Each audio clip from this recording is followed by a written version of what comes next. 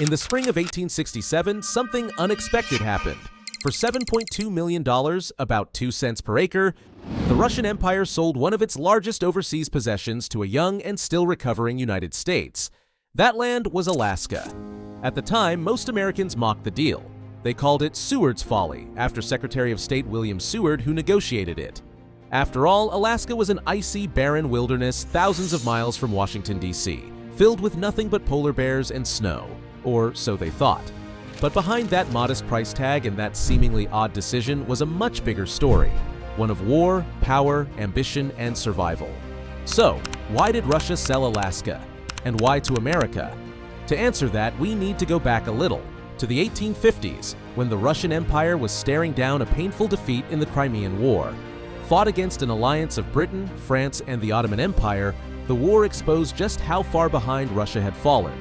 Its military, once feared across Europe, was no match for the modern weaponry and naval strength of the British. By the end of it, Russia wasn't just humiliated, it was broke. They'd lost hundreds of thousands of soldiers, not just to bullets, but to disease and starvation.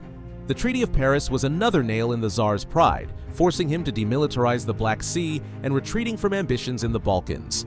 That war cost a fortune, and with the empire's infrastructure in disrepair, the Tsar and his advisors had to make hard choices. They needed money, and fast.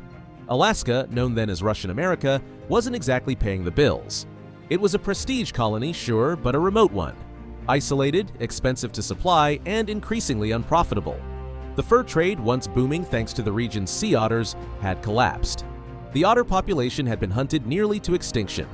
Profits were shrinking, and with no real roads, ports, or towns to speak of, the cost of defending Alaska from foreign threats started to outweigh the benefits of keeping it. There was another worry: geography. Right next door was British Canada, and after what Russia had just experienced with the British Navy, there was a very real fear that if another war broke out, Alaska could be taken by force. No forts, no army, just a cold, vulnerable outpost. Grand Duke Constantine, the reform-minded brother of Emperor Alexander II, was one of the first to suggest the empire cut its losses. Sell Alaska. Focus on more important territories closer to home. Reform what could be saved. The Tsar listened. The empire had bigger fish to fry in Central Asia, the Balkans, and the Far East. Alaska was too far, too cold, and too empty to be worth saving. But who would buy it? Britain might have seemed like the obvious answer. They already had access to trade in the area and shared a border. But selling to Britain would mean giving a major rival even more dominance in the Pacific. Russia wasn't about to strengthen its imperial competitor. How the times have changed. That left the United States. And though the US was still recovering from its civil war, Russia and America had a surprisingly warm relationship. You see, during the Crimean War, the US had quietly supported Russia. And in 1863, when the American Civil War was tearing the country apart, Russian warships actually showed up in New York and San Francisco in a show of solidarity. It was a subtle, strategic handshake between empires. By the 1860s, talks began, but America was a bit distracted. The Civil War had just ended, the South was in tatters, and Reconstruction was underway. So the proposal sat for a few years, waiting for the right moment. It wasn't until 1867 that William Seward, long a believer in American expansion, revived the conversation. He saw Alaska not as a snowy wasteland, but as a strategic gateway to the Pacific, a foothold for trade with Asia, a launchpad for future growth. Russia obliged. Negotiations moved quickly. Russian Minister Eduard de Stuckel and Seward met in the middle of the night on March 30th, 1867, and by dawn, the deal was done: $7.2 million.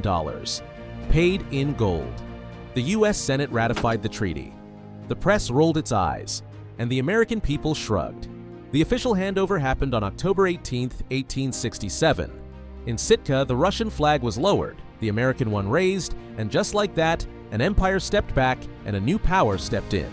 At first, it seemed like maybe the critics were right. For years, Alaska remained a quiet outpost. Few settlers, little development, and not much attention, if any, from Washington.